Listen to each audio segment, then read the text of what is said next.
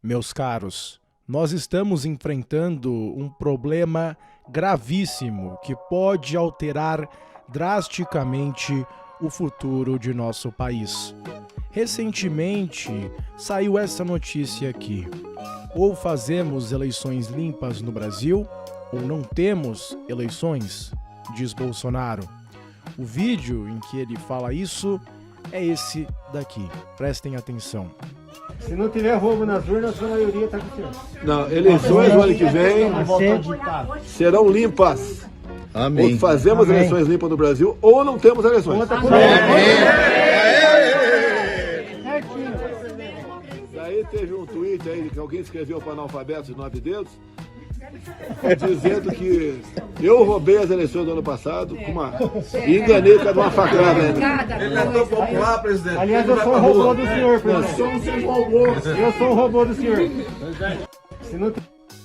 Para alguns, isso pode parecer apenas uma provocação, outros uma afirmação que traz otimismo, mas independentemente de qual lado você está, nós precisamos analisar com muita cautela essa declaração, porque se nós nos lembrarmos do que aconteceu na última eleição americana, bom, a situação fica realmente complicada e é isso que nós tentaremos destrinchar aqui nesse vídeo. Mas primeiro, vamos voltar à notícia.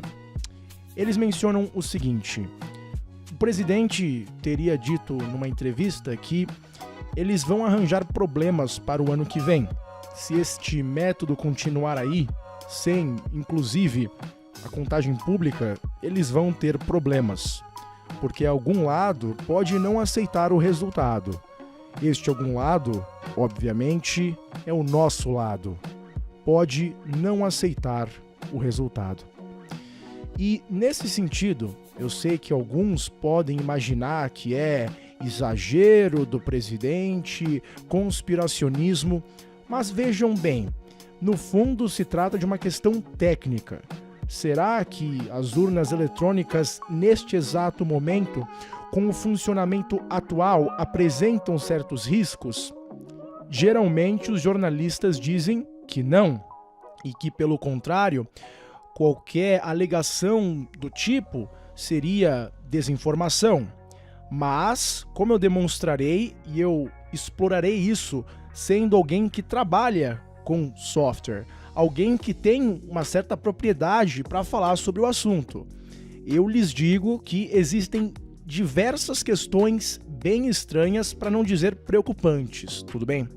Mas voltando à notícia, como eu disse, os jornalistas geralmente descrevem da seguinte forma: até hoje, não há evidências de que tenham ocorrido fraudes em eleições com uso da urna eletrônica. A urna possui diferentes medidas de segurança e de auditoria. Essa parte é um pouco complicada, mas nós já chegamos lá. Independentemente disso, há especialistas que defendem que o TSE deveria aumentar a transparência do sistema eleitoral e melhorar as possibilidades de auditoria das eleições. Isso eu concordo plenamente, é algo extremamente necessário que nós também exploraremos daqui a pouco. Eles continuam: o problema, dizem eles, é que o debate técnico e sério acaba ofuscado pela desinformação e por mentiras. Algo que eu pretendo não deixar acontecer neste vídeo aqui. Mas, voltando à questão técnica, eles dizem alguns dispositivos de segurança das urnas eletrônicas, e eles mencionam esses tais dispositivos como sendo algo a confortar a consciência do leitor, que não ficaria mais com o receio de que fraudes poderiam estar ocorrendo nessas urnas. Eles falam dispositivos de segurança. Isso aqui não significa nada. Uso de criptografia. Tá, mas como exatamente essa criptografia é criada? Quem garante que ela não pode ser quebrada por determinados agentes? Não só, como nós sabemos que está sendo feito de forma apropriada? Aí eles continuam: código certifica que o sistema da urna é o gerado pelo TSE e não foi modificado. Tá, somente o sistema do TSE pode funcionar na urna. Assim, ok. Então tem uma compatibilidade entre o hardware e o sistema que está sendo utilizado. Tudo bem. O sistema da urna fica disponível para consulta pública por 6 meses. Ok. Em testes públicos de segurança, especialistas tentam hackear o equipamento e apresentam as falhas encontradas para o TSE corrigir. O ponto é que não há transparência nisso, a população não é avisada quando isso ocorre e, óbvio, ainda assim existe uma real possibilidade de que, primeiro, esses especialistas não tenham explorado as vulnerabilidades mais profundas de um sistema que, como nós já analisaremos, é criado por uma empresa bem poderosa e potencialmente perigosa, mas não só. Também existe a possibilidade de que as empresas contratadas possam agir de acordo com o que está acontecendo. Eu vou apenas colocar dessa forma para não ter problemas, certo? Então, obviamente, é necessário ter muita transparência nesse processo e até agora não é algo que acontece. Eles continuam. E aí eles continuam com outros, entre aspas, dispositivos de segurança, como sistema biométrico, tá? É o básico do básico. Falam, o processo não é conectado à internet, lacres são colocados na urna para impedir que dispositivos externos, como um pendrive, sejam inseridos. Tá, tudo bem. O básico do básico aparentemente está acontecendo. Só que, como eu mencionei, é mais do que necessário ter transparência e o TSE já deveria ter aberto o código-fonte utilizado nessas urnas. E para vocês que não sabem o que é um código-fonte, basicamente pensa no Windows, certo? Tem o código escrito pela Microsoft que geralmente só os engenheiros da Microsoft têm acesso a isso. É um software proprietário, né? Agora, existem softwares com código aberto. Por exemplo, várias distribuições do Linux, de tal modo que você, como programador, pode inspecionar o código daquele sistema operacional. Desse modo, seria muito bom ter um sistema operacional, entre aspas, das urnas eletrônicas, que também possam ser checadas por programadores, assim dizendo, que não necessariamente estão trabalhando no TSE, mas que às vezes são voluntários, às vezes são pessoas preocupadas em encontrar vulnerabilidades e assim em diante, né? O ponto é que o TSE age de forma bem estranha diante dessa questão. Por exemplo, eu achei essa notícia aqui de 2018 que colocava que o TSE pretendia abrir o código-fonte da urna eletrônica. A medida visa oferecer mais transparência ao sistema usado para registrar os votos. Isso aqui, como eu disse, foi em 2018, mais especificamente no dia 21 de setembro. Eles mencionam que a expectativa é que isso ocorra somente entre as eleições de 2020 e de 2022. Por enquanto, o tribunal analisa algumas questões legais relacionadas à abertura do sistema. Bom, até agora isso não aconteceu e aparentemente as coisas não estão andando nesse sentido. Não só, diante dessas afirmações de Bolsonaro, o mais sensato a ser feito seria ter uma declaração do próprio TSE dizendo: olha, a gente vai abrir tudo aqui, vocês terão a transparência necessária para que acusações de fraude não façam nenhum sentido, né? Agora, isso aparentemente não vem acontecendo. E eu sei que alguns podem estar pensando, mas é só exagero do Bolsonaro, porque ele é o único que age dessa forma, e não é bem assim. Vejam só essa entrevista já um pouco antiga que o Ciro Gomes deu diante dessa questão. Só que faltava que esse sistema de urna eletrônica, você viu aí agora, a Alemanha... Pois é, você prefere papel? Não é que eu prefira papel, mas você pode adaptar a urna eletrônica, já existe uma solução tecnológica em que você, do lado da urna que está aí, você agrega um rolinho dessa, como tipo máquina registradora, em que o voto sai impresso e uma vez confirmando, você corta e aquilo cai numa urninha pequena, fica um votinho ali. Se houver dúvida, você abre aquilo ali e conta. Parece que vai O fato é funcionar que em hoje... 3 estados experimentalmente. mas nós pedimos que fosse muito feito isso, tinha tempo hábil para isso e, estranhamente, o ministro Nelson Jobim não quis fazer. Agora, hoje o que existe de fato, que me deixa inseguro, é que você apertou ali, 23, Ciro, apareceu, confirma, votou. Você nunca mais vai saber se aquele seu voto vai ser contado mesmo ou não. E, mais grave que o brasileiro não sabe, o código-chave da totalização não é guardado pelo tribunal. É guardado pela ABIN, essa agência de espionagem do governo federal, subordinada à hierarquia do presidente da República. Mas aí tem um sistema, aí tem um sistema de não, eles não querem deixar os partidos fiscalizar o código-fonte. Nós já pedimos 1000 vezes, eles não deixam. Mas isso vale a pena esclarecer para não ter dúvida sobre isso. Sim, mas nós queremos e o tribunal não dá. Essa posição do Ciro Gomes se manteve até o momento atual. Aqui uma notícia que saiu no dia 28 de 2021, em que ele estava apoiando a iniciativa de voto impresso auditável. E como ele próprio explicou nesse trecho de vídeo que eu mostrei para vocês, não se trata em usar papel ao invés de urnas eletrônicas, mas ter uma confirmação de voto de tal modo que, caso houvesse alguma acusação de fraude, a recontagem seria possível. O ponto é que não para por aqui, porque existe algo ainda mais estranho e obscuro nessa questão das urnas eletrônicas. Eu honestamente vi pouquíssimas pessoas discutirem esse assunto, que para mim é o mais estarrecedor de todos, que é o seguinte: o TSE aparentemente deu exclusividade em contrato à Oracle.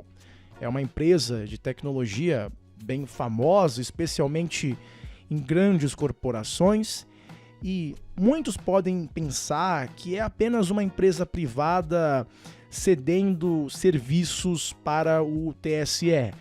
Mas vocês já vão entender que existe um perigo enorme por trás dessa exclusividade. Vejam só, a Oracle detém exclusividade para vender serviços de cloud para entidades da administração pública, nas contratações cujo objeto seja exclusivamente a prestação de serviços de cloud Oracle. Uma situação bem estranha. Essa outra notícia aqui explica ainda melhor como o TSE tentava explicar gasto de 26 milhões de reais em nuvem Oracle. O mais estranho está logo no início da reportagem. Após o atraso na divulgação dos resultados do primeiro turno das eleições de 2020, eu imagino que alguns de vocês devem se lembrar, o TSE tentou explicar o ocorrido.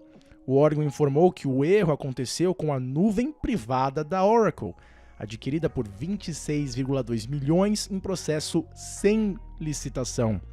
O contrato foi realizado dessa forma, pois o tribunal entendeu que só a empresa poderia oferecer nuvem Oracle, ou seja, eles queriam especificamente esse serviço dessa empresa que só ela poderia prover, né? Algo bem estranho. E eles continuam. O tribunal afirmou que utiliza serviços dessa empresa Oracle desde 1996, quando a urna eletrônica foi implementada no país. Nas eleições de 2020, a empresa foi contratada para centralizar a totalização dos votos no TSE. Ou seja, já tem um histórico bem grande em relação a como os votos são contados aqui em nosso país. E alguns devem estar pensando, tá, mas qual o problema? A Oracle é simplesmente uma empresa privada? Aqueles liberais seriam os primeiros a dizer isso. Bom, o problema é que a Oracle tem um histórico bem estranho, vamos descrever dessa forma. Essa notícia aqui do San Francisco Gate, um jornal, sim, que tem uma autoridade, não é fake news, eles explicam como a proximidade da Oracle com o governo americano remonta à sua própria fundação. E o crescimento dessa empresa foi sustentado como nicho estabelecido com agências federais e estaduais nos Estados Unidos. Eles falam, muito antes de a Oracle se envolver em uma controvérsia sobre a venda de seu software a gigante de software estava construindo sua reputação e seus negócios com contratos governamentais. A partir de um negócio feito dentro da CIA, que lançou a empresa há 25 anos. Então, o início da Oracle se deu num projeto da CIA, como vocês já logo entenderão. Por quê? A CIA não foi apenas o primeiro cliente da Oracle. Fundada em maio de 1977, o próprio nome da empresa veio de um projeto da CIA com o codinome Oracle. É algo bem curioso, né? Os cofundadores Larry Ellison, Robert Miner e Ed Oates trabalharam no projeto Oracle numa empresa de consultoria antes de começar por conta própria. Ou seja, a CIA foi o berço da Oracle, entendeu? E para quem é um pouco leigo no assunto e não sabe direito o papel da CIA, é basicamente uma agência de espionagem, de inteligência, que já fez inúmeros golpes ao redor do mundo, inclusive no Brasil, e que, tendo uma certa simbiose com essa empresa, deveria nos espantar, deveria ser um escândalo nacional. Mas quase ninguém fala isso, que talvez a CIA ou alguma outra agência federal dos Estados Unidos pode, teoricamente, né, se não for bem auditado, se de alguma forma houver uma certa incompetência proposital ou não daqueles que fazem a auditoria, bom, seria possível algumas dessas agências norte-americanas influenciarem os resultados das eleições aqui no Brasil. E se vocês estiverem pensando, mas por que eles gostariam de fazer isso? Estude a história, basicamente, dos últimos 100 anos da América Latina e a resposta será óbvia. Lembrando que o próprio Larry Ellison, o fundador e CEO da Oracle por muitos anos, disse que o Google é absolutamente mau, mas a NSA, aquela mesma agência de segurança nacional dos Estados Unidos que espionou, por exemplo, os governos da Dilma, do Lula, que por mais que eu não goste muito do que eles fizeram aí com o nosso Brasil, não acho certo você espionar o presidente do nosso país, especialmente uma agência do tipo. Mas enfim, o Larry Ellison disse que é uma agência essencial. Isso já diz bastante sobre essa simbiose que existe entre a Oracle e esses várias agências de inteligência dos Estados Unidos. Meus caros, mesmo se você não gostar do Bolsonaro, compreenda essa dinâmica. E eu sou obrigado a dizer que, em termos técnicos, analisando esse contexto geopolítico, é sim importante ter uma certeza, ter uma transparência também de que os votos estão sendo feitos e contados de forma justa. Porque para que uma fraude ocorra é algo muito fácil. E especialmente porque é uma empresa norte-americana que está participando do processo de contagem, mas não só, que faz isso há vários anos, cuja exclusividade é bem estranha, ou seja, essa licitação feita sem licitação praticamente, né? Esse favoritismo meio curioso nos revela uma possibilidade que, no mínimo, deve ser confrontada. Mas eu não paro por aqui, porque mesmo que nada seja feito e nas eleições de 2022 Bolsonaro continuar a pressionar essa tecla, a situação no nosso país pode se tornar ainda pior do que aquela que aconteceu nos Estados Unidos. E eu não vou entrar mais em detalhe por agora nesse sentido, porque eu não quero ser o profeta do caos. Mas só se lembrem do seguinte, vocês especialmente que são apoiadores de Bolsonaro, eu me importo acima de tudo com o bem-estar de vocês. E eu quero que vocês se lembrem que hoje, em 2021, vários apoiadores de Trump que participaram daquele protesto, né, lá no Capitólio, estão presos. Alguns alegam violência que está sendo colocada em cima deles, né, não vou usar outra palavra, que é realmente brutal o que eles estão sofrendo. E assim sendo, é um alerta do que pode acontecer no Brasil. Então, caso algo do tipo acabe acontecendo, não faça o mesmo que aqueles americanos fizeram, porque, acima de tudo, será feito de exemplo não só por autoridades policiais, mas especialmente pela mídia, e assim sendo, você mesmo se saísse da prisão, encontraria uma enorme dificuldade em conseguir empregos e todo o resto. Então, tomem cuidado, não cometam o mesmo erro que esses americanos cometeram. Eu já até expus esse outro lado num vídeo que você pode assistir aqui neste meu canal, mostrando a triste realidade desses americanos que estão sofrendo muito. Então, eu não sei se isso vai se replicar no Brasil, é uma grande possibilidade, mas individualmente, sejam cautelosos. Vocês ainda têm uma vida diante de vocês. De qualquer modo, não se esqueçam de se inscrever e visitem o nosso site, liberdade.vip. Lá você terá acesso a conteúdos exclusivos em formato de aulas e podcast, que você aprenderá certas questões essenciais para compreender o que realmente anda acontecendo em nosso país. De qualquer modo, tenham todos um ótimo dia e eu vejo vocês no próximo vídeo.